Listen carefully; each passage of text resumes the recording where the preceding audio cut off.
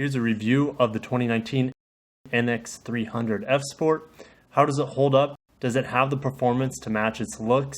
I'll see you on the other side, and let's get into it.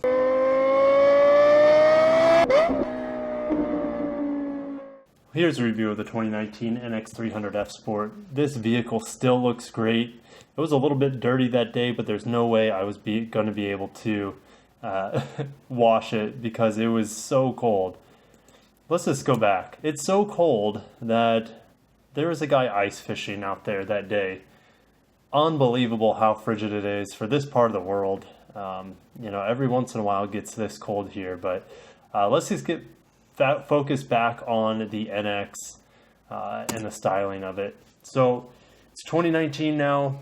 They got refreshed last year for 2018. The only major difference is going to be the Apple CarPlay. This particular car doesn't have it because it was manufactured before October of 2018. I'll get more into that later. Pausing it here, you see the very, very pronounced spindle grille with a little lip in front of it. I think it looks great because it has such a minimal dark chrome around the grille. It looks, and it doesn't take away from the grille itself. Of course, you have the mesh of the F Sport. And then you have these have I've kind of accepted over time. I still liked the look of the original NX, let's say a 2015 NX200 F Sport at the time. Instead of these big black mesh pieces, they had a little inlet on the side, and I'll put a picture up for you. Those look really sharp. Here's your fog lights. Daytime running lights are very, very aggressive, even in today's terms.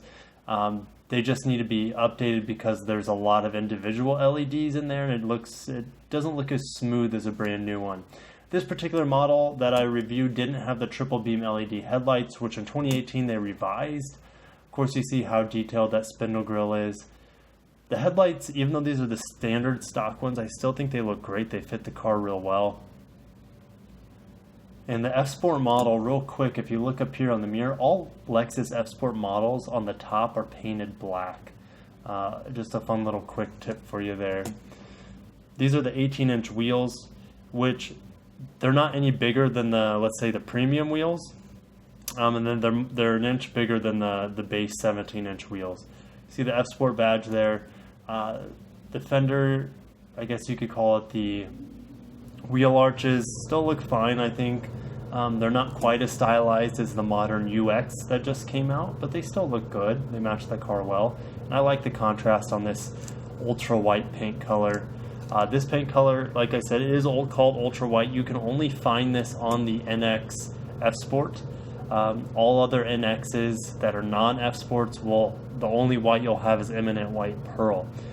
So this ultra white is exclusive to all Lexus F Sports or F models for that matter, but you cannot get this ultra white paint on a non-F Sport or non-F model. Taillights still look great. Exhaust still looks great. Yeah, they're fake enclosures. Forgive me for my finger getting in the way here, but I still think the rear brake light looks great. The only thing I would like to see is the continuum of those LEDs across the back here that you see in the UX. I'll put a picture up of it, but that'd be real nice to see. Getting on the inside of the 2019 NX300 F Sport, largely unchanged for 2019. However, some of these will have Apple CarPlay in them. Let's fire it up, and the reason why we're going to fire it up so early, it was slowly turned over. So you guys will see the temperature is a whopping, wait for it, 11 degrees, which that's, I think, a little generous. I saw 6 degrees the last time, but when it's this cold, does it really matter if it's 11 or 6? No, but what does matter is that we have heated seats here on each side. That's going to be on most F Sport models that you will find. Of course, that's ventilated seats as well. And this bad boy down here is going to keep my hands nice and toasty warm. Of course, it's all-wheel drive. Automatic high beams, which are going to be a part of the Lexus Safety System Plus, so that means you'll have your radar cruise control, lane keep assist. Let's go over the interior. Sorry it's not perfectly clean. This is the trim that's going to be on all the F Sports. That is your only option.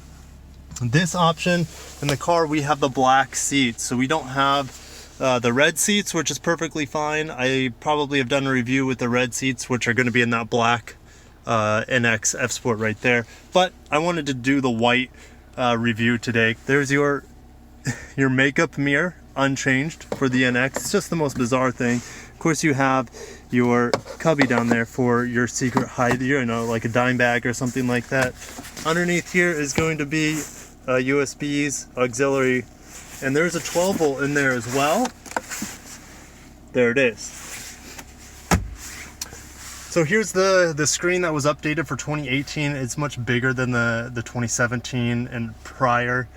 This particular car does not have Apple CarPlay enabled. So you'll get Apple CarPlay if the NX you're buying or looking at was manufactured after October 1st. This particular one wasn't. So if you're in the market, it will cost the exact same as a NX that was produced before October. So just get the one that was produced after October if you're in the market for an NX, and you should have the Apple CarPlay default, whether you get the navigation or not.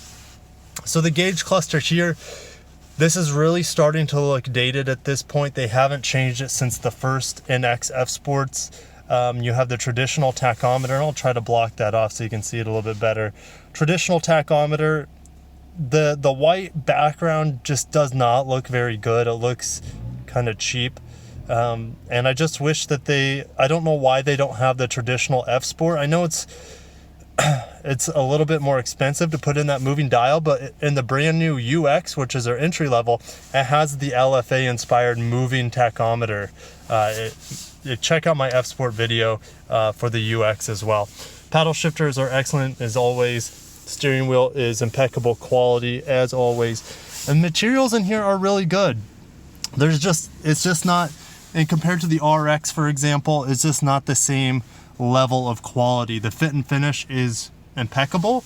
And then up here we have, you know, this molded dash here that's gonna be very durable. You have some stitching up here as well. This here is leather material, however, with some great stitching, and this interesting decision to put, you know, this little pockmarked material in there. That's just kind of strange because I don't see that anywhere else in the car. You have a similar material here, but that's actual perforation. The door looks very plain, and that's fine. You know, simplicity is sometimes the best design, and this car does have a lot of simple design cues in it. Although being a Lexus, I have come to be spoiled with a little bit higher quality materials than you see in the NX. Here's your shifter, standard shifter. I wish this was all leather. I'm not a big fan of this material here, but Lexus might change that with upcoming models, and maybe even change this to the shifter you see in the brand new ES and UX. Radio looks very, very pedestrian, nothing special about it. The style of these knobs match the style of your HVAC controls up here. Standard clock. The screen is the only thing that looks really, really modern in this vehicle, in my opinion. And here's an example of what the navigation looks like. No pano sunroof is available in the NX, at least not in North America. I have seen some stuff overseas that looks like it has a pano sunroof in it. Unfortunately, we don't get anything like that. LED lights right here, nothing special, but it is one touch. Underneath here is going to be your vanity mirror with one little light to make sure you can see yourself.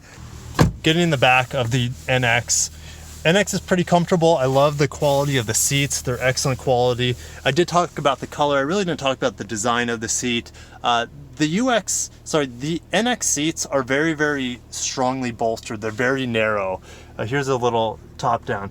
The bolsters on the side are extraordinarily narrow. If you are a little bit of a wider person, this vehicle is not the right vehicle for you.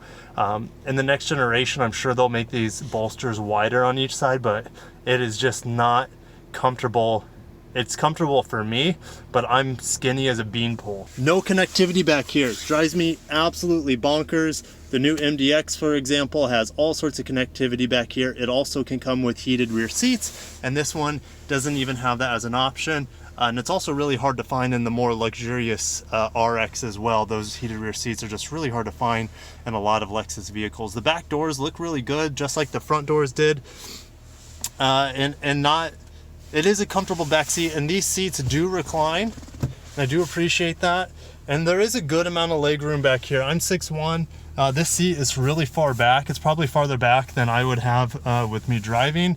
And I still have a lot of leg room. And map pockets on each side. And you have a little storage container right here. But largely the NX has been unchanged since the 2015 model. Looking in the back, you see a little subwoofer back there on the rear hatch. I'm actually not going to open up the rear today because it's 11 degrees and I'm not going to get outside very much. And the windshield is actually more like minus 15. But just looking back here, there's a good amount of space. It is acceptable. There's a nice little 12 volt back there, which I guess you could run an extension cord or something out of that so you'd have connectivity for your devices here in the back seat. But that's just unnecessary. This particular model comes with the all-weather mats, which most of our vehicles do here in the Midwest. Of course, it has the cargo net. Sorry for the sun glare. I'm doing what I can. There's a cargo net. The subwoofer is a part of the upgraded audio package that will come with all the navigation models. And there's a cargo tray right here below as well. Of course, you have your Lexus first aid kit, which comes standard. Some brands actually charge for that, which I just found out recently. I didn't talk about the armrest here. Still have plastic on it. You can tell this car is brand new. There's the little button to open up the cup holders, but nothing in here for heated seats or connectivity, unfortunately. And we're off in the 2019 NX 300 F Sport. Man, this heated steering wheel feels so good right now. The temperature is dropping throughout the day. And don't let this sun confuse you. This sun, although bright and full force today, it's not doing anything to help with warming up this tundra of a climate that we have. So let's just talk about this car. Heated seat feels great. Absolutely. You know, the first thing I'm thinking of right now is, how is this car doing in the cold? Yeah, it warmed up quickly. I do appreciate that. Mirrors are really easy to adjust. Gosh, whoever drove in this car did not, they don't know how to adjust mirrors. They're just, imagine like a cross-eyed fish or a lazy-eyed fish. That's what the mirrors looked like. So the NX F Sport, is it any sportier than the normal one? Well, yes, it does have Sport Plus mode. There's a little dial down here. I can twist it into Sport Plus mode, and that will stiffen up the suspension. Now it also has this little button down here. It's more of a dial, and it says ASC, Active Sound Control, and that will port volume from the engine into the cabin. And why manufacturers have to do that nowadays is because the vehicles, especially luxury vehicles, are built to be so quiet. I'm turning the fan down so you can hear me better. But these vehicles are built to be so quiet that you can't really hear the engine. Even if you ring it out, it's still not a aural experience. Instead, they pump it through the speakers, which in this car, it's not going to sound all that great. Now, ASC is turned all the way up. It's maxed out. So let's just give it a little ring real quick.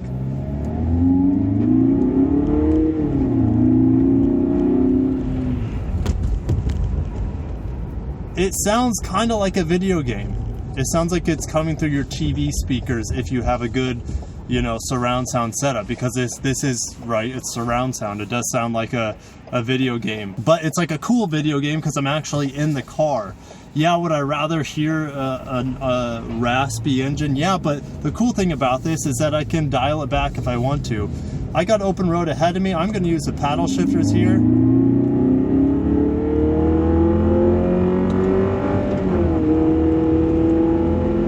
There's 65. Definitely not quick, and it definitely needs an 8-speed transmission minimum, because I felt like I was in second gear for about, I don't know, from 20 to 40 miles an hour, and that's just too long.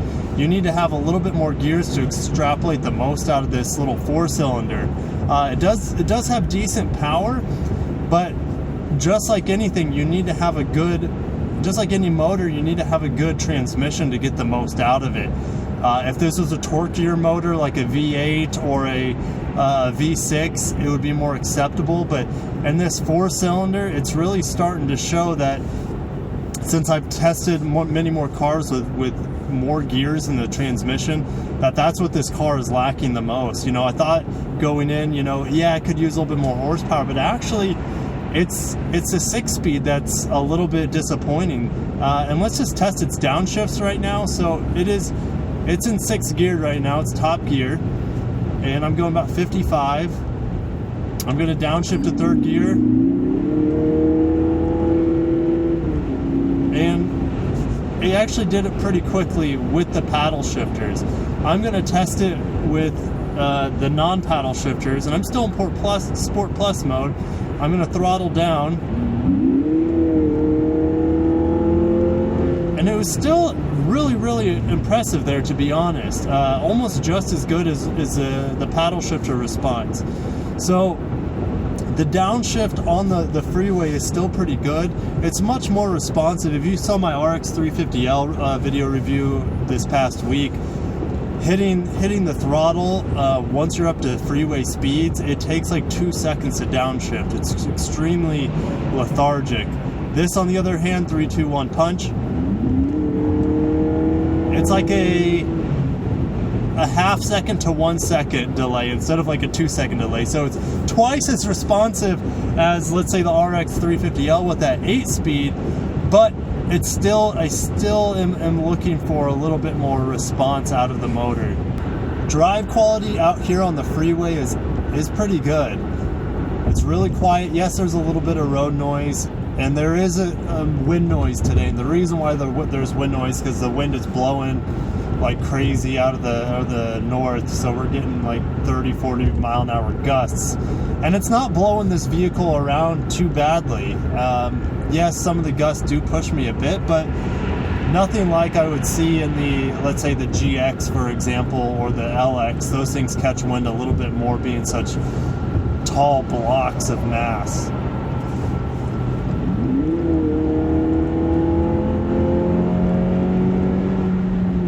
I want to give you guys an idea of what it sounds like without the ported sound on, just to have a comparison. So I just revved it out a little bit there, and this car is not fast by any means. It barely, I was barely keeping up with the Jeep that just passed me. So I'm just going to turn the volume all the way down on the ASC dial and punch the throttle. 3, 2, 1, go. And to me, that sounds, yeah, it's not nearly as loud, but it sounds a lot better. It sounds a lot more natural because I'm hearing just the engine. I'm not hearing the engine drowned out by this artificial reproduction of it through the speakers. Let's do that again.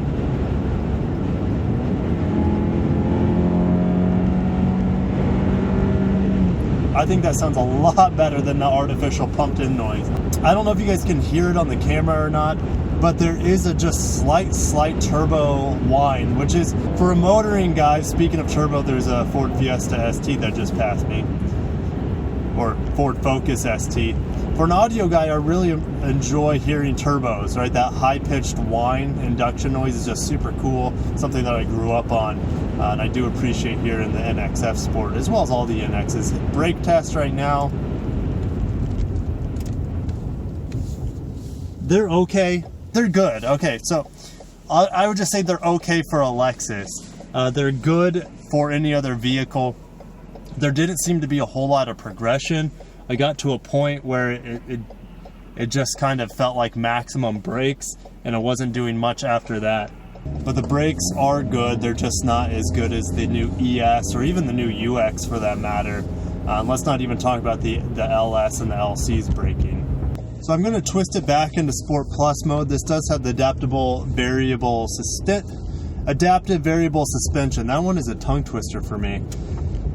So we're going to push it through these twisties quite hard here. And like I said before, these bolstered seats are very aggressive, so it's going to really keep me in place.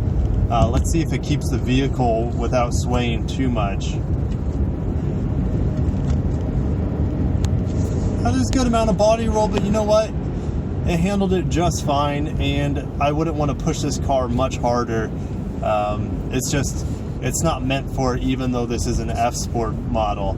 It handles just fine, and to be honest, I don't feel any difference between Sport Plus mode and normal mode. I know there is an actual difference. Is someone out there ice fishing on the lake today? Holy crap, I didn't know that was a real thing. Guys, I tried to do a summary outside. I just couldn't get my thoughts together. My hands were so cold, my ears are, I still can't feel them. So I'm just gonna do a summary for the NX F Sport in here with you. The NX 300 F Sport is still an amazing looking car. It does handle okay.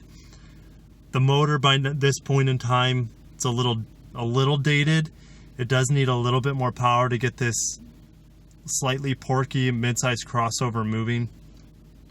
I feel like there should be at least an option above this, maybe with a V6 that should get this car moving a little bit better. Maybe the V6 we see in the ES350, for example.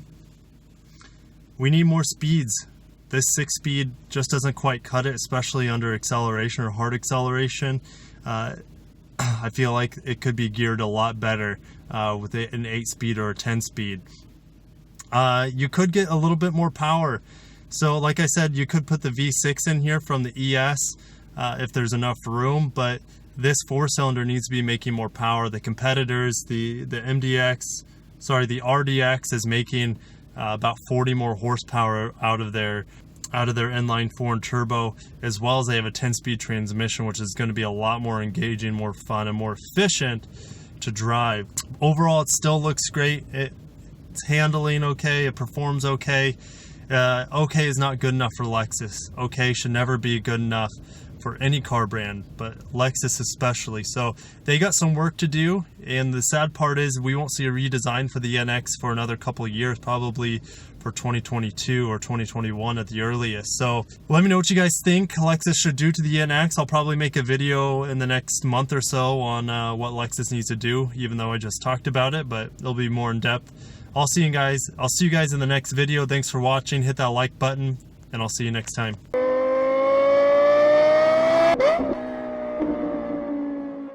What is this Ford Transit Connect doing?